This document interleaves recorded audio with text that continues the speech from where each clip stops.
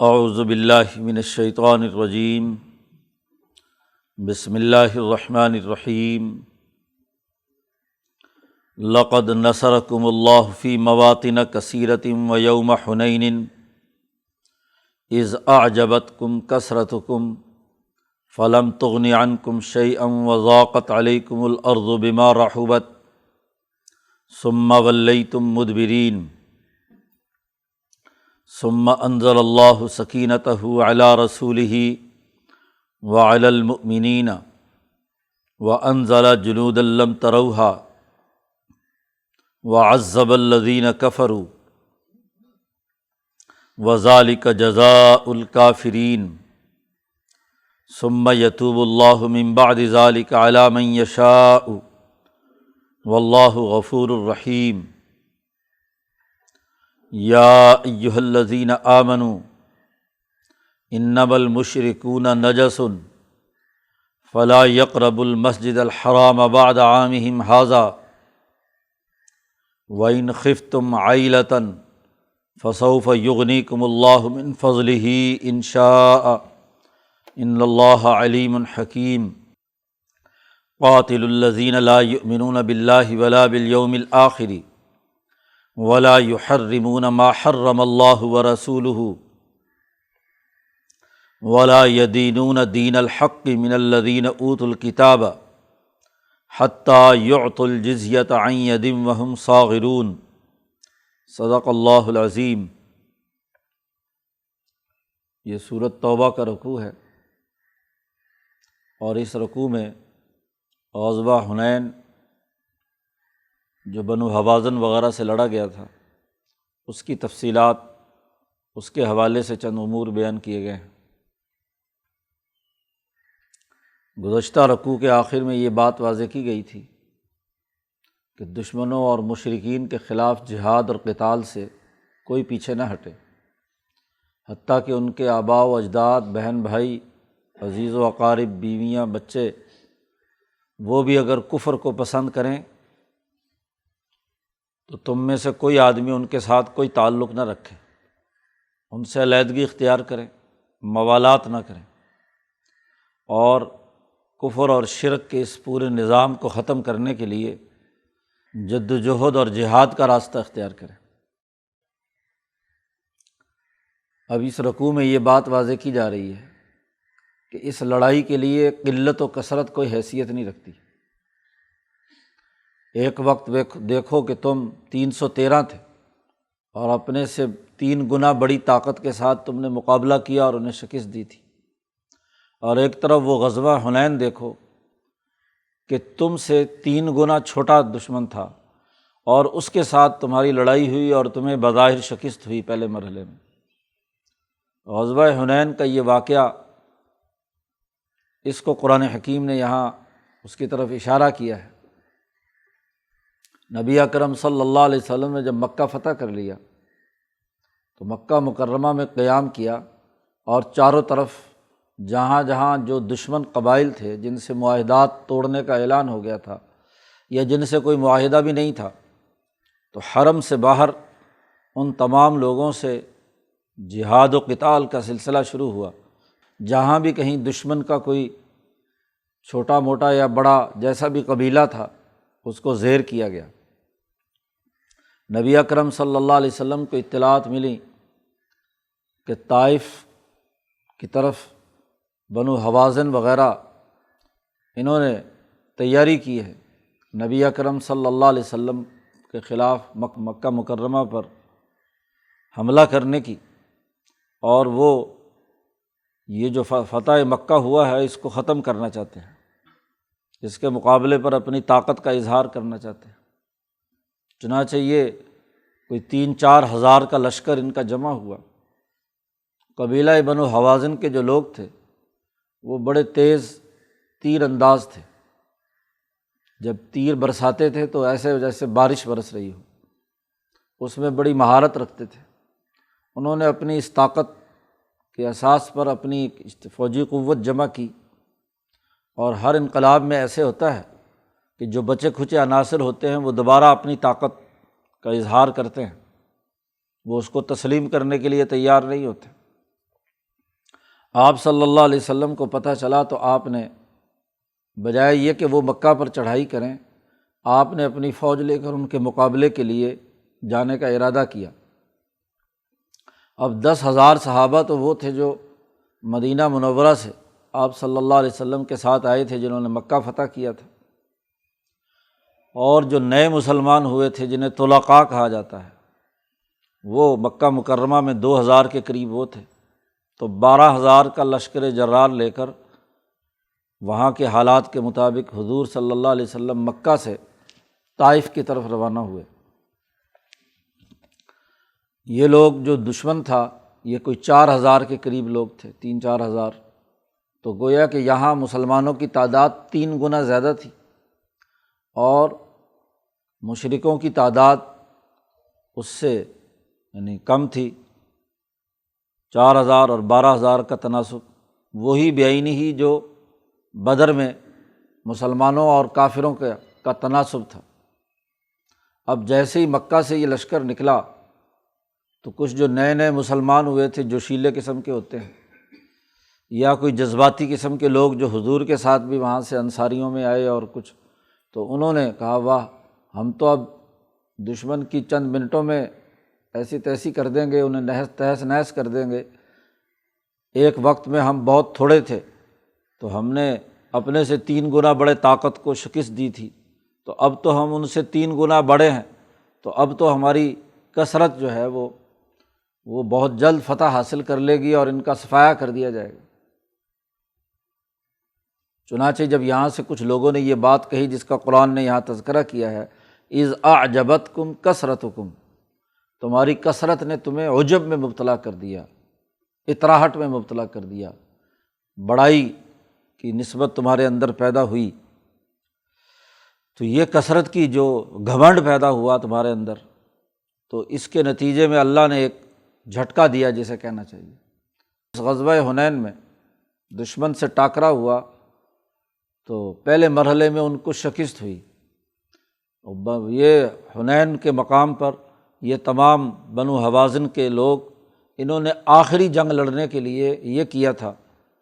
کہ مر جائیں گے یا مار دیں گے اپنے بچے، عورتیں، سامان، ہر چیز، گویا کہ اب یا مریں گے یا نعوذ باللہ حضور کے لشکر کو شکست دیں گے۔ تو مکمل اپنے گھر کا ساز و سامان بھی سب کچھ لے کر آئے تھے۔ اب سب کو پتہ ہو کہ اب واپسی کا کوئی راستہ گاؤں میں بھی نہیں ہے، اب موت ہے یا فتح ہے۔ اس طرح یہ 4-5 ہزار لوگ جو ہیں یہ جمع ہوئے تھے، سامان بھی ان کے ساتھ تھا۔ تو پہلے مرحلے میں جب مسلمانوں نے حلہ بولا تو ان کو شکست ہوئی۔ یہ جب چھوڑ کر پیچھے بھاگے تو ان کا ساز و سامان، یہ جو نئے نئے مسلمان ہوئے تھے، انہوں نے مال غنیمت لوٹنا شروع کیا، مال کے پیچھے پڑ گئے۔ اب جب وہ عام جو لشکری تھے وہ مال سمیٹنے میں لگے تو انہیں اندازہ ہوا کہ بھئی یہ تو ادھر لگ رہے ہیں، لڑائی وڑائی تو ہے نہیں، تو وہ دوبارہ پلٹے۔ لیکن پلٹنے سے پہلے انہوں نے وہ جو بنو حوازن کے تیر انداز تھے، چونکہ پہاڑی درہ ہے ادھر سے مکہ سے جاتے ہوئے، تو وہ ایک ایسے درے پر اوپر سے انہوں نے گھات لگا کر ایسی تیروں کی بارش برسائی، مسلمانوں کا لشکر نیچے ہے اور وہ اونچائی پر ہے، درے میں سے فوج گزر رہی ہے۔ اب وہاں اس پر انہوں نے ایسے طریقے سے حملہ کیا کہ یہ سب بوکھلا گئے مسلمان، اور جب بھگدڑ مچی اور واپس لوگ نکلنے، عام لوگ پہلے نکلتے ہیں مجمع میں، تو دوسرے لوگ دیکھا دیکھی پھر کیا ہے، سب نے سواریاں مکہ کی طرف موڑ لیں۔ نبی اکرم صلی اللہ علیہ وسلم کے ساتھ براء ابن عازب کی روایت کے مطابق کوئی 100 آدمی یا 10 آدمی صرف رہ گئے۔ حضور صلی اللہ علیہ وسلم جس سفید گھوڑے پر سوار تھے اس کی ایک لگام حضرت عباس رضی اللہ تعالیٰ عنہ جو حضور کے چچا تھے، اور دوسری لگام ابو سفیان نے پکڑی ہوئی تھی، اور حضرت ابو بکر، عمر، عثمان، علی، یہ جو مخصوص بڑے بڑے جلیل القدر صحابہ ہیں، وہ حضور کے ساتھ رہے 100 کے قریب۔ اب حضور کا گھوڑا آگے بڑھتا جا رہا ہے اور باقی لوگ سر پڑ دوڑ کر واپس جا رہے ہیں تیروں میں۔ چاروں طرف سے دشمن نے گھیراؤ کر لیا حضور صلی اللہ علیہ وسلم کا۔ اب یہ مختصر سی جماعت، حضور صلی اللہ علیہ وسلم نے اب عباس سے کہا، کیونکہ حضرت عباس رضی اللہ تعالیٰ عنہ لمبے قد کے بھی تھے اور ان کی آواز بھی بڑی بلند تھی، جہیر الصوت تھے، میلوں تک ان کی آواز جاتی تھی۔ تو حضرت عباس سے کہا کہ ان کو بلاؤ، سب کو آواز دو، اور خود بلکہ حضور نے یہ شعر پڑھا، شعر کی نسبت ہے، بخاری کی یہ روایت ہے، ان النبی لا کذب، میں برحق نبی ہوں، اس میں کوئی جھوٹ کی بات نہیں، انا ابن عبد المطلب، میں عبد المطلب کا بیٹا ہوں، پشت پھیر کر واپس نہیں جا سکتا۔ جیسے ابرہہ نے مکہ پر جب حملہ کیا تھا تو عبد المطلب نے پشت نہیں پھیری تھی، اپنی طاقت اور قوت جتنی بھی تھی اس کا اظہار کیا اور باقی اللہ کے سپرد کر دیا۔ جب انہوں نے اللہ پر اعتماد کیا تھا تو میں بھی نبی ہوں اور اسی عبد المطلب کا بہادر بیٹا ہوں، میں پیچھے مڑنے والا نہیں ہوں۔ اور پھر حضور نے اعلان کیا، الیہ عباد اللہ، لوگو اللہ کے بندو میری طرف آؤ، اور پھر فرمایا الیہ انا رسول اللہ، میری طرف آؤ کہ میں اللہ کا رسول تمہیں بلا رہا ہوں۔ یہ حضور نے چند جملے کہے اور پھر یہی جملے حضرت عباس نے دہرائے، اور پھر حضور نے کہا کہ ان کو یاد دلاؤ وہ جو بیعت رضوان میں صلح حدیبیہ میں جن لوگوں نے بیعت کی تھی، انہوں نے تو موت پر بیعت کی تھی، تو ان کو آواز دو، درخت کے نیچے جنہوں نے بیعت کی تھی سمرہ کے نیچے، تو ان کو اعلان کرو۔ تو حضرت عباس نے جب اعلان کیا تو جو صحابہ بھاگ رہے تھے واپس، اب ان کے جیسے ہی وہ آواز ان کے کانوں میں ٹکرائی تو ان کو ہوش آیا کہ یہ ہم نے کیا حرکت کی ہے، یہ بھگدڑ دوسرے لوگ جو ہیں بھاگنا شروع ہوئے تو ہم بھی بھاگنے لگے۔ تو جیسے یہ آواز کسی کے کان میں پڑی، گھوڑے پر تھا، سواری پر تھا، تو سواری کا رخ موڑ لیا، اور اگر اونٹ نے رخ موڑنے میں کوئی دیر کی تو اونٹ سے چھلانگ ماری، اپنی زرہ اور تلوار لے کر حضور کی آواز پر دوبارہ کیا ہے اکٹھا ہونا شروع ہوئے۔ حضور اسی تیر اندازی میں آگے بڑھتے چلے گئے۔ ایک تو حضور کا رعب داب، دوسرا اللہ پاک نے کہا کہ ہم نے فرشتوں سے مدد کی۔ حضور صلی اللہ علیہ وسلم نے مٹھی اٹھائی اور دشمن کی طرف پھینکی۔ جب یہ شعر پڑھا تو وہ جو حملہ آور تیر انداز حالانکہ بلندی پر تھے، تو وہ حضور صلی اللہ علیہ وسلم نے جب مٹھی پھینکی تو ریت اور اس کی کنکریاں پھر ان کے اوپر ان کی آنکھوں میں گئیں اور ان کو کچھ نظر نہیں آیا۔ اتنے میں مسلمان آہستہ آہستہ کیا ہے دوبارہ جمع ہو گئے، اور دوبارہ پھر جم کر لڑے اور تیر اندازی ہوئی، اور پھر یہ اس غزوہ حنین کے موقع پر ان کا صفایا کیا گیا۔ بھاگے وہ، جیسے ہی وہ بھاگتے ہیں تو ان کا سارا مال، عورتیں، بچے اور مال جو بھی وہاں تھا وہ سب سمیٹ کر حضور صلی اللہ علیہ وسلم واپس مکہ میں لوٹے۔ اور مہینے کے قریب تقریباً حضور نے یہاں انتظار کیا کہ یہ بنو حوازن کے لوگ آ جائیں تو اس مال غنیمت کو ابھی تقسیم نہ کیا جائے، شاید لوٹانا پڑے کہ یہ لوگ مسلمان ہو جائیں، مان لیں اب چونکہ بظاہر مکے کی ریاست کے جتنے بچے کھچے عناصر تھے وہ سب ختم ہو چکے تھے، شکست ہو چکی تھی، تو اب ان کے پاس اور کوئی راستہ نہیں تھا سوائے مسلمان ہونے کے۔ حضور نے کوئی تقریباً مہینہ ڈیڑھ مہینہ انتظار کیا، اور اس کے بعد وہ مال و دولت جو وہاں سے اکٹھا ہو کر آیا تھا وہ غانمین میں تقسیم کر دیا۔ اس کے کچھ عرصے کے بعد یہ لوگ آ گئے مسلمان ہونے کے لیے، مسلمان ہوئے، اور اس کے بعد مطالبہ کیا کہ ہمارے یہ جو سامان مال وال ہے اور یہ واپس لوٹایا جائے۔ حضور نے فرمایا میں نے تو تمہارا مہینہ ڈیڑھ مہینہ انتظار کیا اور تم آئے نہیں، تو اس لیے میں نے تقسیم کر دیا، اور میں یہ اب اپنی فیصلے سے ان سے واپس نہیں لے سکتا، یہ اب ان کی ملکیت میں جا چکا ہے۔ اب ایک آپشن ہے تمہارے پاس، یا عورتیں اور بچے لے لو اور مال جو ہے وہ نہیں ملے گا، یا مال لے لو اور عورتیں اور بچے تمہیں نہیں ملیں گے، کسی ایک آپشن پر تم بات کرو۔ انہوں نے کہا کہ ٹھیک ہے، ہمیں عورتیں اور بچے چاہیے، مال و دولت تو آنی جانی چیز ہے۔ تو پھر حضور صلی اللہ علیہ وسلم نے صحابہ سے مشورہ کیا، باقاعدہ وہ مجلس منعقد ہوئی جس کی تفصیلات بخاری میں ہیں، کہ حضور نے سب سے رائے لی کہ بھئی یہ مال جو ہے واپس کرنا چاہیے، عورتیں واپس کرنی چاہیے ان کی جو تمہارے تقسیم ہو چکی ہیں۔ تو لوگوں نے، جو سردار تھے بڑے بڑے قبیلے کے، انہوں نے کہا ٹھیک ہے جیسے آپ فیصلہ فرمائیں۔ حضور نے فرمایا جو تم مال بھی واپس کرو گے تو اگلے کسی غزوہ میں جو مال آئے گا اس کے بدلے میں تمہیں مزید مال دے دوں گا۔ سب نے کہا ٹھیک ہے۔ حضور نے فرمایا نہیں، ایسے نہیں، ہر قبیلہ اپنے اپنے خیمے میں اپنا اجلاس منعقد کرے اور اپنے قبیلے کے ہر فرد سے رائے لے۔ صرف سرداروں کی نقبا انہیں کہا گیا، نقیب ان کے منتخب لوگ جو تھے، سربراہ تھے، نمائندے تھے۔ تو حضور نے فرمایا ہر نمائندہ اپنے اپنے عوام سے جا کر رائے لے کر آئے، وہاں سے جو رائے ہو اس کے مطابق پھر مجھے آ کر رائے دو، تمہاری اپنی ذاتی رائے کا اعتبار نہیں ہے۔ چنانچہ وہ گئے، انہوں نے اپنے ہر قبیلے نے اپنی میٹنگ کی، ان کے سرداروں نے اپنے ہر قبیلے کے ہر فرد سے رائے لی اور ان کی رائے لے کر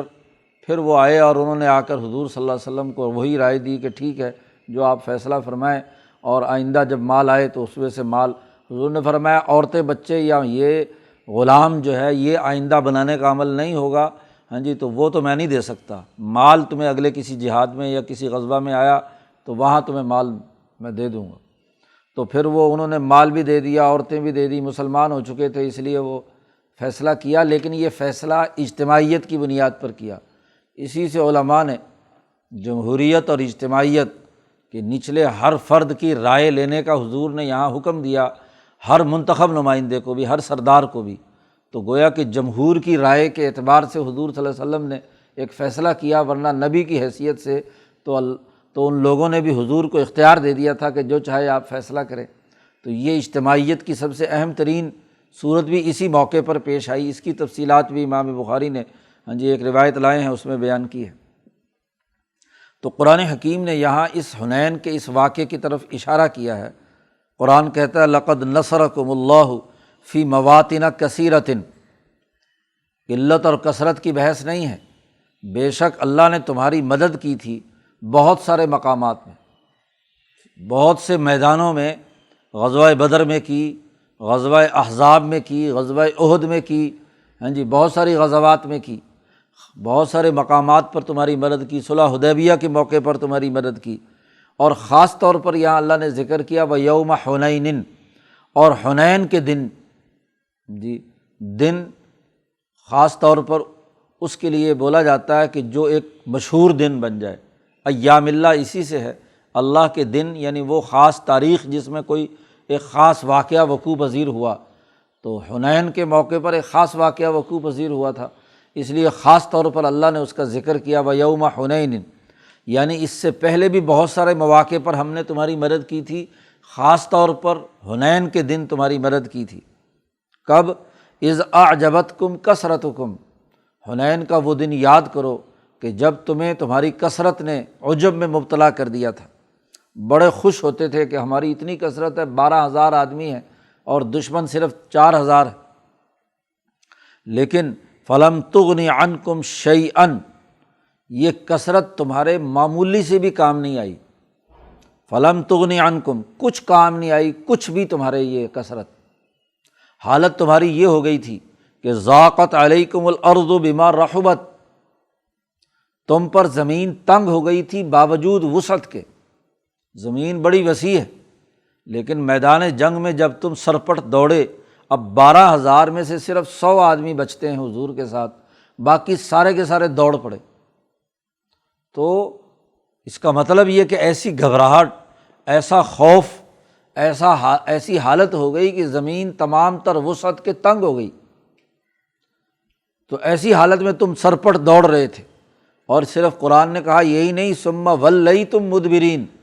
تم پشت پھیر کر بھاگ رہے تھے۔ قرآن نے نقشہ کھینچا، ایک تو یہ کہ تم عجب میں مبتلا ہوئے، گھمنڈ میں مبتلا ہو گئے،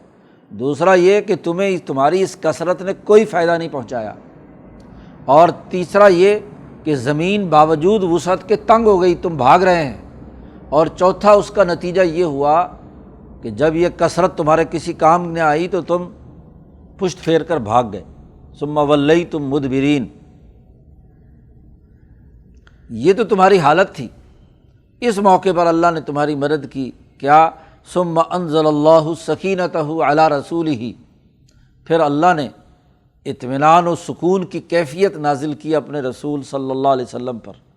کیونکہ مالا اعلیٰ کی مدد ان کے ساتھ تھی۔ سکینت وہ اطمینان اور اعتماد ہے کہ جس کے نتیجے میں پورے سکون کے ساتھ حضور صلی اللہ علیہ وسلم نے دشمن کا مقابلہ جاری رکھا۔ تو اللہ نے اپنے رسول پر اطمینان اور تسکین کی کیفیت نازل کی، وعلی المؤمنین، اور مسلمانوں پر بھی یہ کیفیت نازل کی۔ جی صحابہ کہتے ہیں کہ جیسے ہی حضور کی آواز ہمیں سنائی دی، حضرت عباس کی یہ گونجتی ہوئی آواز ہم تک پہنچی تو ایک اطمینان، ایک سکون، وہ جو گھبراہٹ تھی، وہ جو بھاگنے کے لیے ایک قسم کا خوف تھا، وہ جو تنگی تھی، وہ ایک دم زائل ہو گئی، اور دوبارہ ہم نے اپنے آپ کو کہا کہ ہم کس بے ہوشی میں یہ ہم نے حرکت کی ہے، ہمیں تو کیا ہے، مقابلہ کرنا ہے، حضور صلی اللہ علیہ وسلم کا ساتھ دینا ہے۔ تو ایک دم یہ کیفیت بدلی اور ہم سب واپس کیا ہے، حضور کی طرف لوٹے۔ اور پھر اسی کے ساتھ اللہ کہتا ہے وَأَنزَلَ جُنُودًا لَّمْ تَرَوْهَا، اور اللہ نے ایسے لشکر اتارے کہ جن کو تم نہیں دیکھ رہے تھے۔ وَعَذَّبَ الَّذِينَ كَفَرُوا، اور اللہ نے کافروں کو سزا دی، کیونکہ اس موقع پر اگر خدا نہ خواستہ یہ لشکر شکست کھاتا تو فتح مکہ شکست میں بدل جاتی، اور اگر مرکزی سرے سے کیا ہے وہ شکست کی حالت میں ہوتا تو پھر اور بڑے غلط نتائج نکلنے تھے۔ اس لیے اللہ نے چونکہ کافروں کو عذاب دینا تھا، یہ اللہ پاک نے سخت عذاب دیا۔ اب جب مسلمان جم کر لڑے تو ان کا صفایا کر دیا، یا قتل ہو گئے اور یا بھاگ گئے۔ وَذَلِكَ جَزَاءُ الْكَافِرِينَ، یہ کافروں کی سزا اور جزا ہے جو اللہ پاک کیا ہے ان کو دیتا ہے۔ اس کے بعد ثُمَّ يَتُوبُ اللَّهُ مِن بَعْدِ ذَلِكَ عَلَىٰ مَن يَشَاءُ، ان کافروں میں سے جس کو چاہا اللہ نے ان کی توبہ قبول کی، یا وہ طلقاء جو بھاگ گئے تھے اور جن کا جو واپس نہیں لوٹے تو ان کو بھی اللہ نے توبہ کی توفیق دی۔ تو جس کو چاہا، یعنی جس نے واقعتاً توبہ کی تو اس کو کیا ہے اللہ تبارک و تعالیٰ نے توبہ کی توفیق دی۔ واللہ غفور الرحیم، اور اللہ تعالیٰ معاف کرنے والا ہے، رحم کرنے والا ہے۔ اس لیے قلت اور کثرت کو مت دیکھو، تعداد تھوڑی ہو یا زیادہ، تم اللہ کا حکم سمجھ کر دشمن سے لڑو اور اس کو سزا دو۔ اس چکر میں مت پڑو کہ زیادہ ہوں گے تو لڑائی میں کامیابی ہوگی، تو جب تم قلیل تھے اس وقت تمہاری امداد کی، اور اگر کثرت بھی ہو تو خالی کثرت اللہ کی مدد کے بغیر تمہارا کیا کر سکتی ہے، جیسا کہ اس موقع پر ہوا۔ اس لیے اس کو چھوڑو اور جہاد و قتال کا جو تمہیں حکم دیا گیا اس کو جاری رکھو۔ 8 ہجری میں مکہ فتح ہوتا ہے، اور اس کے بعد حضور صلی اللہ علیہ وسلم نے اعلان کروا دیا حج کے موقع پر، یہ یا ایھا الذین آمنوا، اے ایمان والو، انما المشرکون نجس، مشرکین اور کافر لوگ ناپاک ہیں، فلا یقربوا المسجد الحرام بعد عامہم ھذا، اس سال کے بعد کوئی مشرک مسجد حرام کے قریب مت آئے۔ اس ذی الحج کے موقع پر اعلان کرا دیا۔ حج کے موقع پر ساری دنیا آتی ہے کہ اب مکہ مکرمہ پر مسلمانوں کا قبضہ ہو چکا ہے، یہاں دین غالب آ چکا ہے۔ 10 رمضان سن 8 ہجری میں خانہ کعبہ پر اور مکہ پر نبی اکرم صلی اللہ علیہ وسلم کو فتح حاصل ہوئی، اور اس کے بعد ذی الحج کے موقع پر اعلان کر دیا کہ اس سال جو آ چکے ہیں مشرک حج کرنے کے لیے، آئندہ اس کے بعد یہ نجسن ناپاک لوگ ہیں، یہ مسجد حرام کے قریب بھی نہ پھٹکیں، بعد عامہم ھذا، اس سال کے بعد، یعنی اگلے سال 9 ہجری میں کوئی آدمی بھی یہاں، کوئی مشرک بھی حج کرنے کے لیے نہیں آئے گا۔ اور پھر اگلے سال بھی حضرت ابو بکر صدیق کو امیر حج بنا کر حضرت علی کے ذریعے سے اعلان کر دیا گیا کہ آئندہ کوئی بھی آدمی جو ہے اس سے ہم نے جو معاہدات بھی ہیں وہ بھی سب ختم،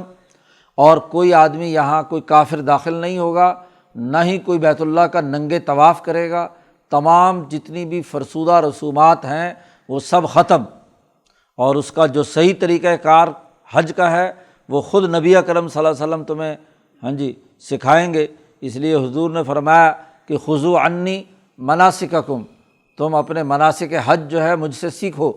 تو حضور صلی اللہ علیہ وسلم نے پھر 10 ہجری میں حج کیا اور اس میں تمام مناسک حج حضور صلی اللہ علیہ وسلم نے لوگوں کو سکھائے۔ وَإِنْ خِفْتُمْ عَائِلَةً، اب یہ حج کے موقع پہ چاروں طرف سے سب لوگ آتے تھے، اب اگر پابندی لگا دی گئی کہ صرف حرم کے اندر مسجد حرام کی حدود میں صرف مسلمان آئیں گے، غیر مسلم کوئی نہیں آئے گا، تو اس پر ایک خطرہ ہو سکتا تھا کیا کہ اب صرف یہ تو 10,000 آدمی ہیں، صرف یہی لوگ آئیں گے، ان میں سے بھی کوئی حج کرنے آئے گا، تو اکثریت کافروں اور مشرکوں کی ہے اور وہ حج کرنے نہیں آئے گی تو کاروبار کیسے ہوگا؟ تو مکے کے تاجروں کو یہ ڈر تھا کہ کاروبار نہیں ہوگا تو فقر و فاقہ ہوگا، تو قرآن نے کہا وَإِنْ خِفْتُمْ عَائِلَةً، اگر تمہیں فقر و فاقہ کا ڈر ہو کہ جی یہ مشرک اگر یہاں نہ آئے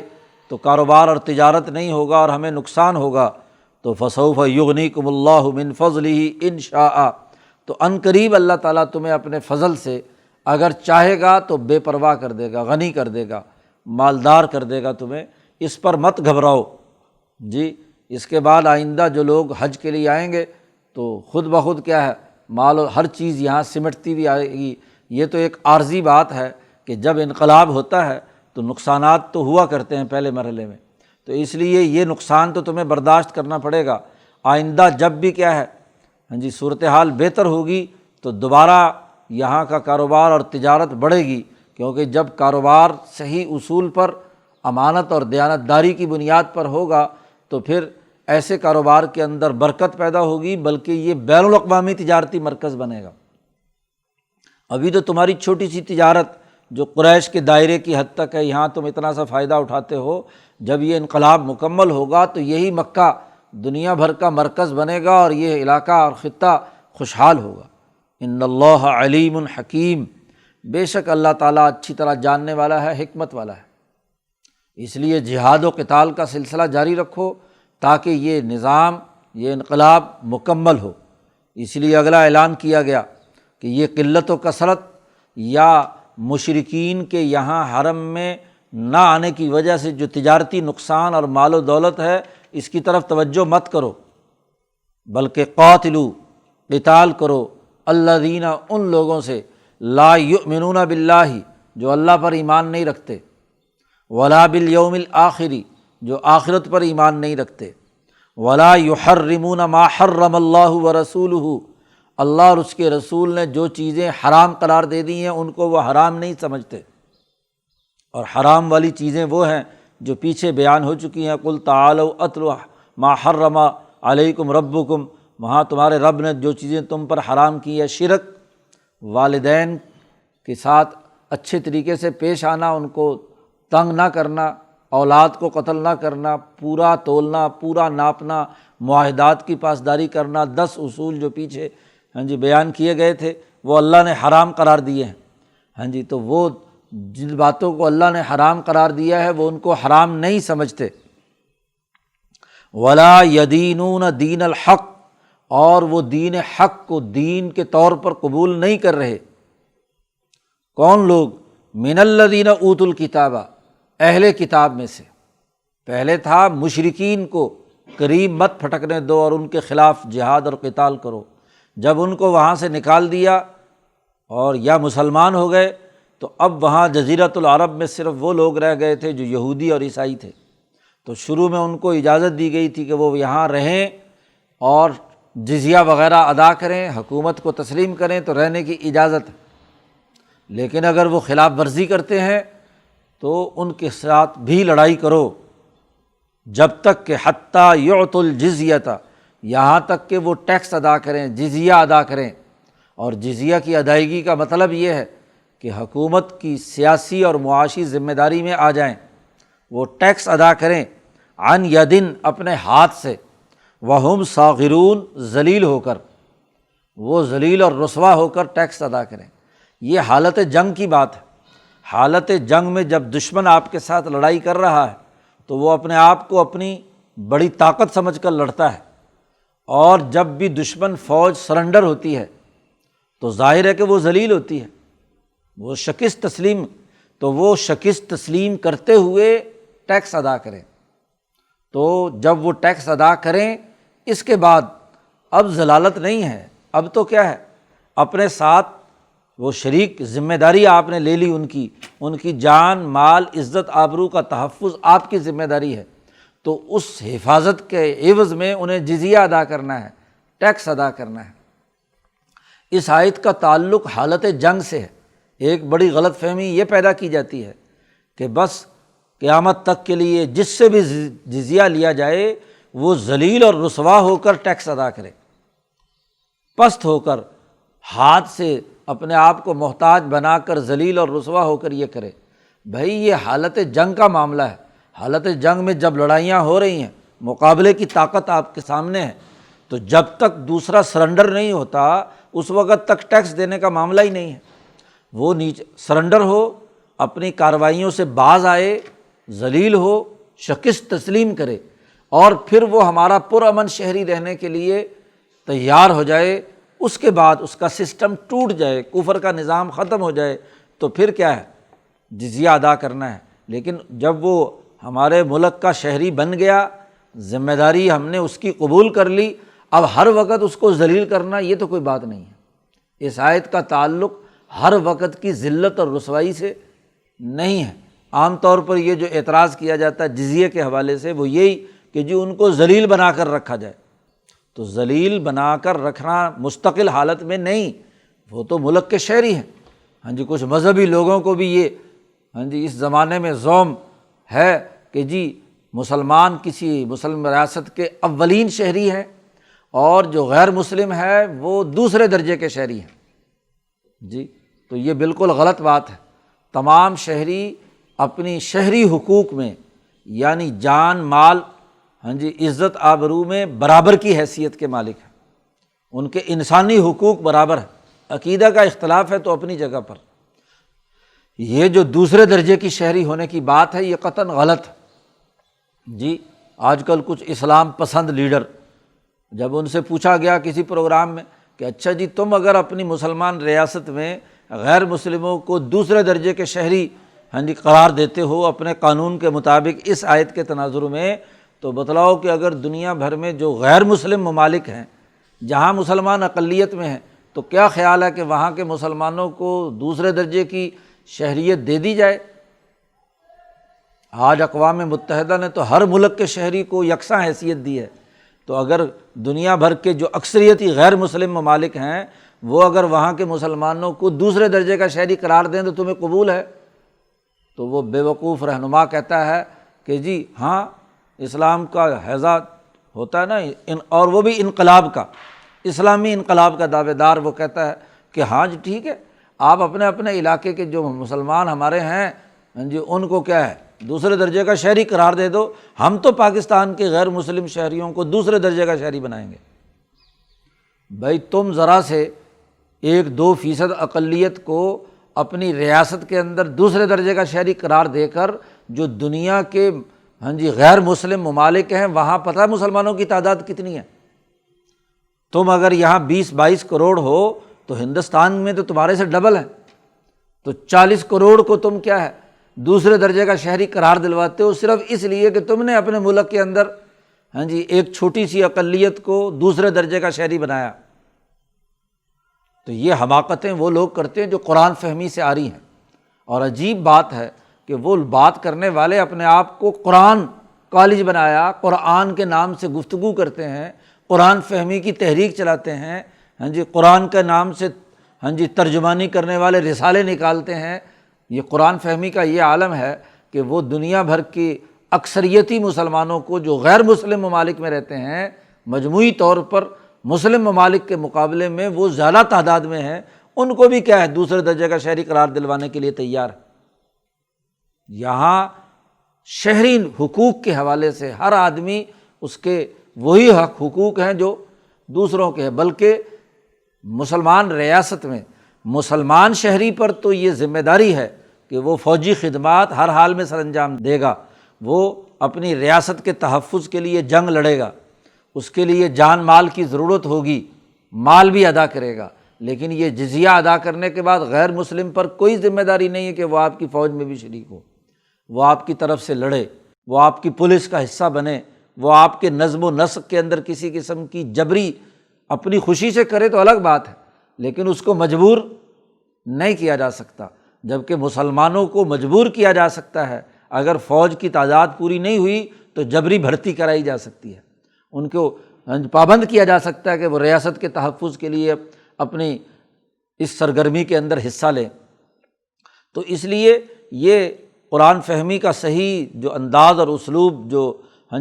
سچے علماء ربانیین کا رہا ہے، اس کا فہم حاصل کرنا ضروری ہے۔ تو یہاں اس آیت میں حالت جنگ کی بات ہو رہی ہے، کیونکہ قتال کا ذکر ہے، قاتلو، سب سے بڑا دلیلی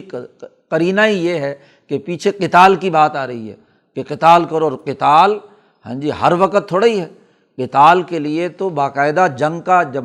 ماحول بنتا ہے، لڑائی ہوتی ہے، دونوں فوجیں آمنے سامنے آتی ہیں، تب قتال کی بات ہے۔ تو جب قتال ہوگا اس حالت کی بات ہے ان یدم وہم صاغرون، کہ اس وقت غیر مسلم جو ہیں وہ سرنڈر ہوں اور اپنی شکست تسلیم کریں، اور پھر وہ ٹیکس ادا کرنے کا معاہدہ کریں، تو اس وقت تک ان سے جہاد و قتال کا معاملہ جاری رہے گا، جنگ جاری رہے گی، کیونکہ مقابلے پر آئے ہیں وہ لڑنے کے لیے، اپنے دشمنی کا آخری حد تک پہنچانے کے لیے آئے ہیں، اس لیے مقابلہ ہوگا۔ تو یہ اس رکوع میں واضح کیا گیا کہ قلت و کثرت کوئی حیثیت نہیں رکھتی، اصل چیز تو اللہ پر اعتماد کر کے دشمنوں کو جو اللہ کی حرام کی ہوئی چیزوں، دین حق کا جو غلبے کا نظام ہے، اس کو تسلیم نہیں کرتے، ان کا مقابلہ کرنا ہے، جد و جہد اور کوشش کرنی ہے۔ تو اس سے پہلے مشرکین کا تذکرہ تھا، اس آخری آیت میں اہل کتاب کا تذکرہ ہے، اور ان اہل کتاب کی جو خرابیاں ہیں وہ اگلے رکوع میں مزید تفصیل کے ساتھ اللہ نے بیان کی ہیں۔ اللہ تعالیٰ قرآن حکیم کو سمجھنے اور اس پر عمل کرنے کی توفیق عطا فرمائے۔ اللہم صلی اللہ علیہ